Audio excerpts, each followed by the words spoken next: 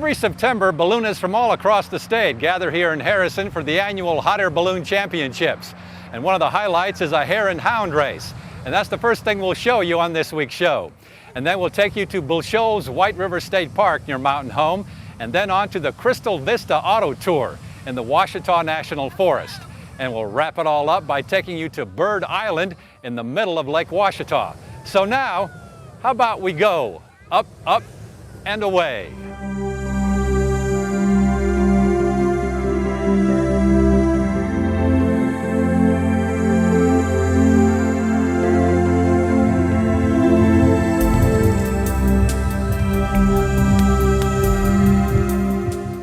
Several flight competitions are held during this three-day event, the second weekend in September. One of the highlights is the Hare and Hound race. A hare and hound race is where one balloon takes off and he's the rabbit, the hare. And then as soon as I inflate my balloon and my balloon comes off of the ground, that means all the rest of the balloons can start inflating. So that gives me a head start. So I'm gonna fly out there 30 minutes or so and then land and put out an X. And they're all gonna try to chase me to that X. They have a little doggy bone to throw at the X with a number on it so we know who wins, by whoever gets their doggy bone closer to the X. And the winds can change and shift and all kinds of things can happen in that process. So it's a fun race. We got lots of sponsors here that we're giving rides and all that kind of stuff, and so it's gonna be a real fun afternoon.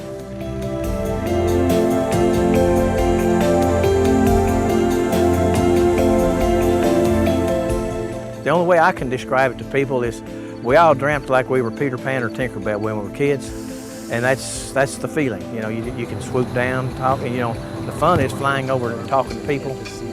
You know, and you know, they see on the ground and they say, "Wow," you know, and it's just seeing the expression on people's faces. And to me, watching kids, still the most interesting part of it to me is inflating it, just a big old limp piece of material to take shape, and you know, watching kids' expressions. That's what's really great about it.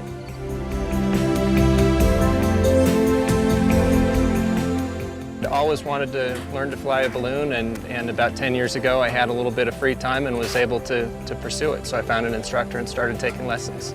Lately I've been in Arkansas now for almost 3 years, and so that's where I've done most of my flying, in the Little Rock area, and I just really enjoy it.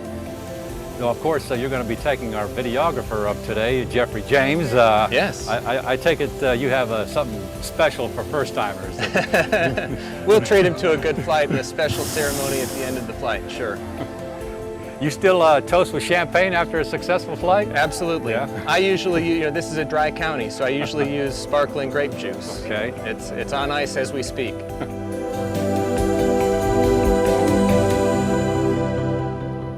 In no time at all, before he knew it, videographer Jeffrey James was up, up, and away on his hot air balloon maiden voyage above the Ozark countryside in Harrison.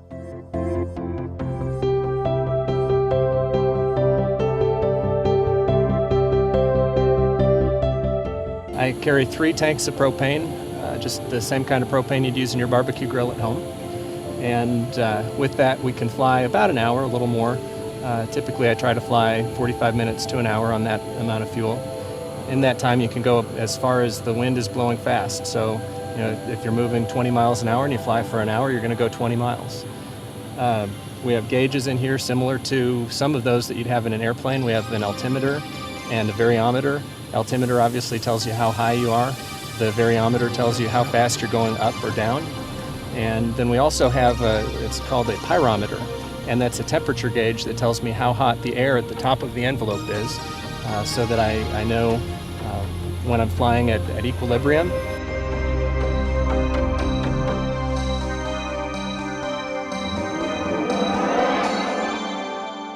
If you ever wondered how to get started in this high adventure sport, an instructor teaches you the mechanics of operating the balloon and how to fly it and how to be safe in it.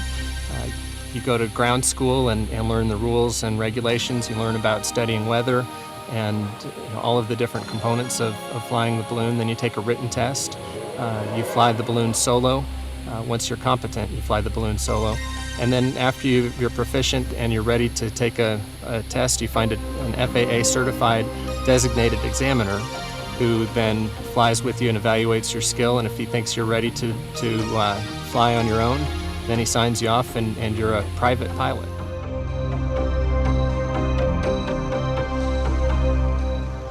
Once you do become a balloon pilot, next step is to buy a balloon.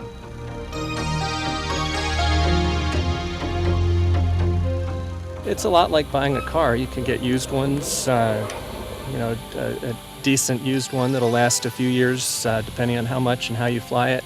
$6,000 or $7,000 up to brand new ones, depending on the size. You could go $30,000 on up to $100,000 or more for some of the fancy special shaped balloons.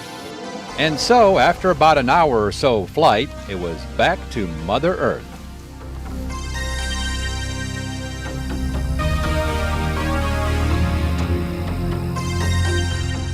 It's all that's left now is the champagne toast, rather the grape juice toast.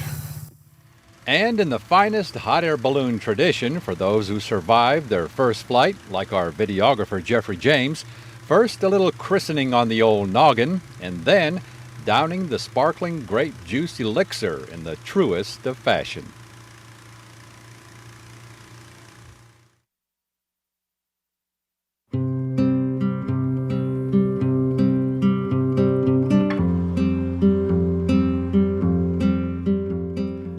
One of the finest fishing and boating destinations in the nation happens to be in North Arkansas near Mountain Home, Bull Shoals White River State Park. Together, Bull Shoals Lake and the White River form an angler's paradise.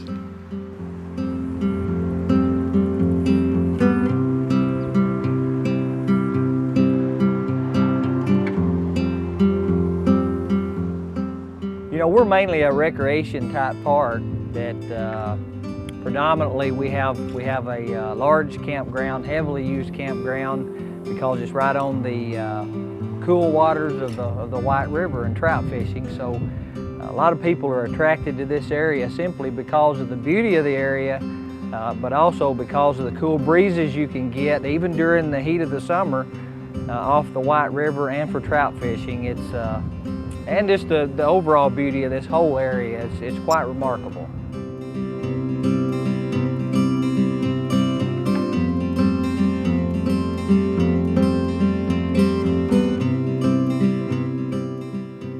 There is a little something for everyone here, even mountain biking enthusiasts along the Oak Ridge Mountain Bike Trail.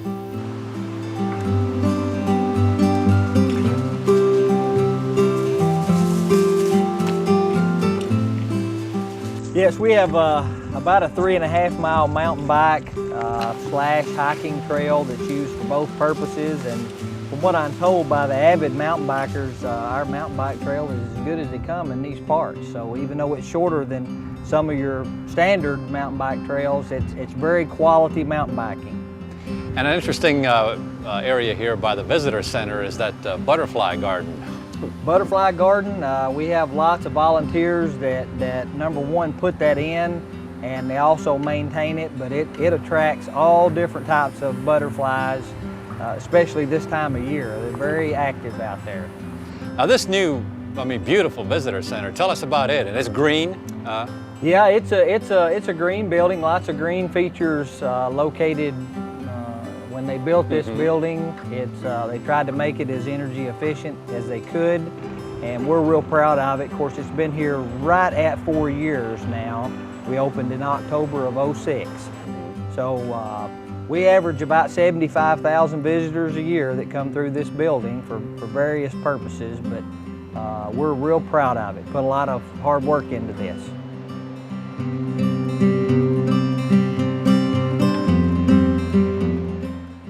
An interesting exhibit here at the Visitor Center is this, one of the original John boats that was used on the White River and was probably built around the 1930s.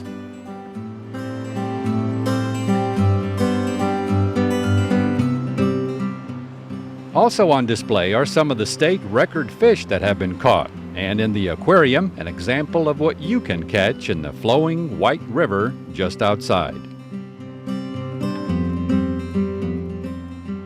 Exactly, and in the aquarium, especially the trout aquarium, because I do quite a bit of trout fishing myself. And sometimes we have to catch a few fish to replenish the aquariums and keep those up to date so everybody can see what they look like, because not everybody likes to fish or knows, so we try to accommodate them on that. All right, any of your favorite spots around the state park? Well, naturally camping. I've been at this park for over 21 years, and my wife and I, of course, we live on the park, and when we vacation, we pull our camper right down into the park that I manage, and that's where we vacation. Now, how many people do you know that can say that? That tells you enough. If you're willing to vacation where you work, that's how much we love this area. So there's no need to go anywhere else. No need to spend gas and time going somewhere else when right here's the place to be, and we love it. It's just wonderful.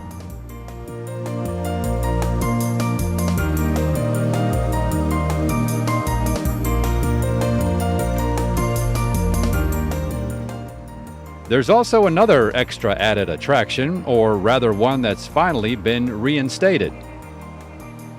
We brought back the dam and powerhouse tours. It took actually approval from Homeland Security in Washington to get those reinstated, and so those now are offered exclusively through this visitor center with our tour guides that we provide, which are volunteers, and a small fee, and we take you over and take you through the powerhouse and stuff. So we're very fortunate in today's times for them to allow these tours to be going on, and they're just a huge success. Lots of people are enjoying getting to go in something like this. If you haven't done it, then we offer those Memorial Day through Labor Day, and they're very successful and something you definitely will want to do.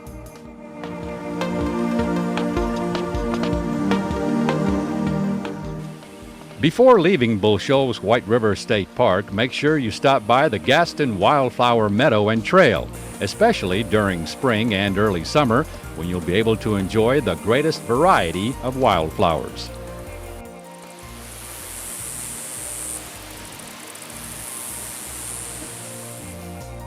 And there's also Big Spring, which pours out 29 million gallons of water a day into the White River.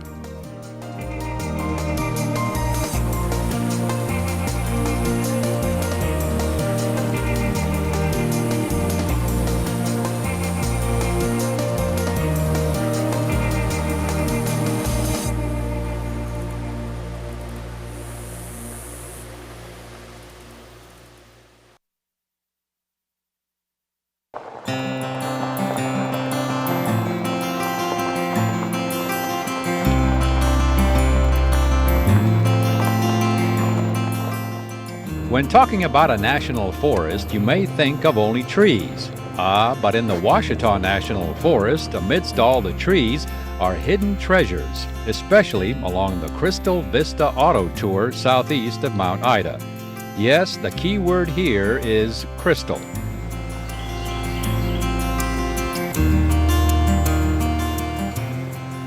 The main focus of this route is actually south of Highway 270. Turning south onto Logan Gap Road near the Mount Ida Airport, continue to Forest Road 177 and then turn right. The descriptive signs that were once here along the route have either weathered away or have been vandalized.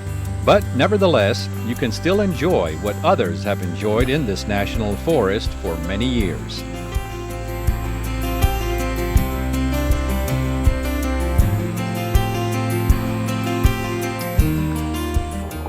What you'll first begin to notice as you drive along the Crystal Mountain area is all the sandstone. Take time to get out and do a little exploring. This Crystal Mountain sandstone is one of the major components of these hills and is estimated to be about 500 million years old. The rock in this area is what's left of mountain peaks that 250 million years ago may have been comparable in size to the Sierra Nevada and Rocky Mountain ranges today. The Ouachita Mountains are an old range, which have weathered down through natural erosion.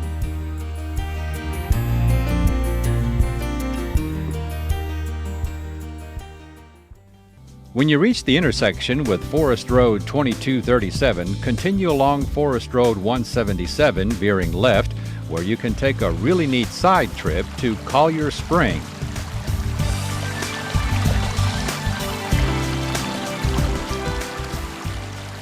Since the spring water is not tested, it is advisable to either boil it or chemically treat it before use.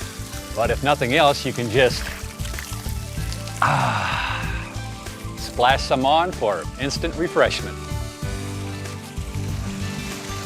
This is one of those forgotten gems of the National Forest, first constructed by the Civilian Conservation Corps back during the 1930s.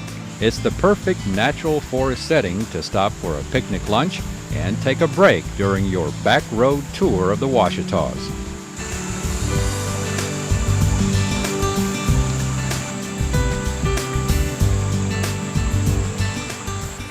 After lunch, you can enjoy the waterfall at the other end of Collier Spring, complete with fish in the natural pool.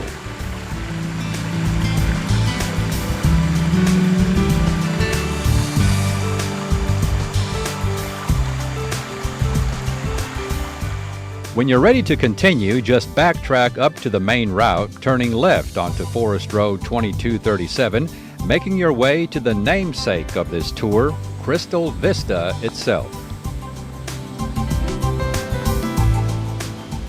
Here it's about a mile hike up the mountain to where you'll eventually come upon an abandoned quartz crystal mine that's been transformed into a public rock hounding site, the first of its kind in the Ouachita National Forest.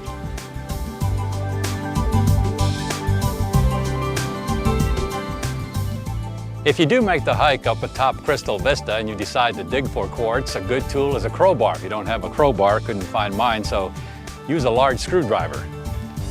Personal use only and no resale of the quartz.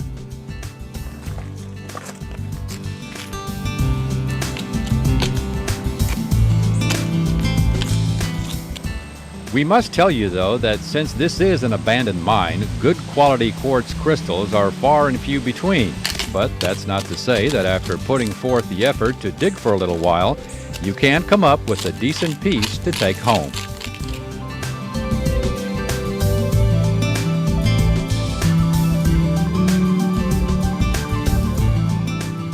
If you don't find that special quartz crystal, not to despair, because the wildflowers and the vista at Crystal Vista is worth the hike up the mountain.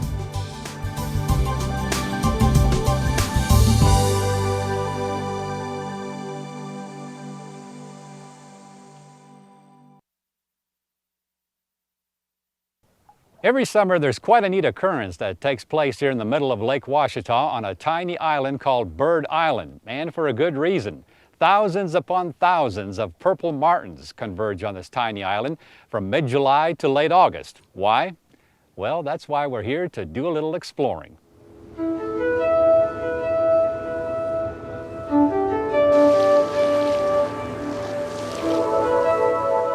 If you look at a map of Lake Ouachita, Bird Island is literally smack dab in the middle of the lake. We ventured out with Lake Ouachita State Park interpreter Susan Tigert and Audubon, Arkansas Education Director Mary Smith.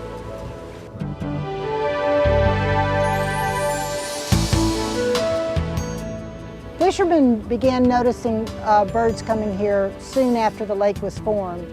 But as far as we can find out, as early as the 50s then?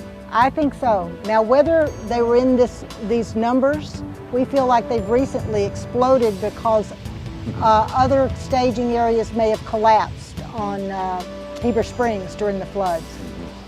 And so that may have doubled our numbers here. But fishermen say they've always been here just as soon as after the lake was formed. So they liked it and came whenever they saw their opportunity to get lakefront property. So this is a staging area, I guess one of many staging areas, before they head to South America. Right. You can think of this kind of like a Martin Motel on the migration highway to Brazil. When they leave their roost, they get together for a big party with their friends and fly together down south following the insects. Well, why though this particular island right here smack dab in the middle of the lake, you think? We think it's because they don't have predators here as many. They probably don't have as many snakes. They would still have Cooper's hawks because we found one last night. But we feel like it's cool in the summer. They can get water and insects here in the worst of the summer. So it's just a great place for them to vacation before they fly south and to fatten up. It's kind of like, you know, we all want to go and lay out and have fun before we, and so I think that's what they're doing. They're fattening up on nearby insects and getting ready to go. And they start congregating here now, what, about an hour or so before sunset? They're starting to come in now. We have a few there. By about 7:30, they'll begin to start swirling around the island, and then when the sun goes completely down, they will collapse and they'll get quiet. And they wait until they're pretty certain there's not a hawk in there or another predator, and they'll wait, let the more foolish young ones go in first. Now, this island also has other birds we see over here. When you look on this end, you'll see the whites in the cypress, and most of them are cattle egrets, but we're really excited that we also have white ibis, great egrets, snowy egrets, little blue herons, great blue herons. So this is the first year we've documented the ibis on the island, and we have no idea why they're there or when they came. We haven't seen them here before. So cattle egrets are a recent migrant north from South America, and they've come to Arkansas in great numbers, so we're kind of wondering if the ibis are thinking this is a good place to live too. So this really has turned into a bird island extraordinaire. Well, for any birder who wants to come and see a wide variety of neat birds and try to understand their behavior, this is the place. And what a more cool in the summer and beautiful place to do it, I don't think there is one.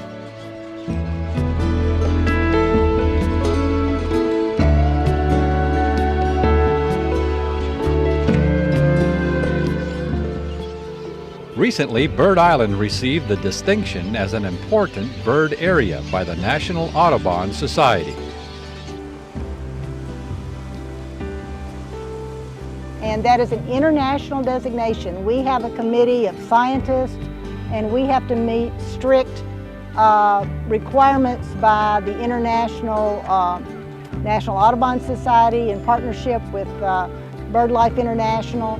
So people nominate areas, and if they meet the certain criteria. And this area has been monitored for 2 years by Mountain Pine High School in partnership with Audubon to get the data, and they ran boats out here and done photographs and counts and pictures and prepared all the scientific data. And there has to be, what, at least, the number has to be at least 10,000. A minimum of 10,000. You have to have proof. Much more here than that. Right. Last summer we didn't get, summer before last we didn't get 10,000. We only got 8. And so, but last summer we got between 30 and 50. So there was a big uptick in the numbers, and they think maybe 2 staging areas combined.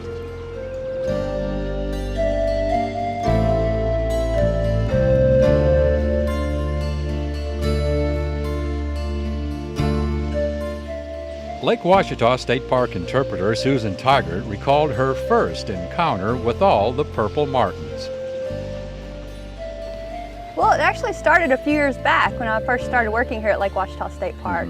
I'd spend some evenings kayaking out at sunset, and I noticed that all the martins that stayed at the park during the day headed west. Right about an hour or so before sunset, I was like, where are the birds going? And I asked around to some of the local fishermen and some of the locals, and they said, well, they go out to Bird Island. So that was my first clue that something was really remarkable happening out here.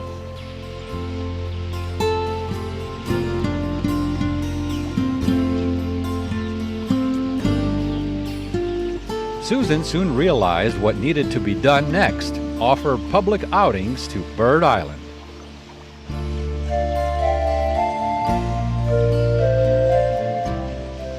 Over the past couple of years, I've been helping the Mountain Pine High School come out here and do some research. And once I saw the birds, I just knew I had to share that with our visitors. So we've made it a point this year to offer purple martin tours.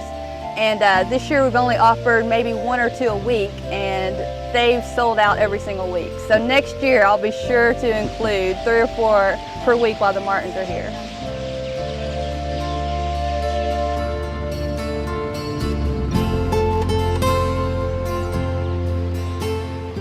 And the closer it gets to sunset, the more amazing the entire scene becomes here at Bird Island.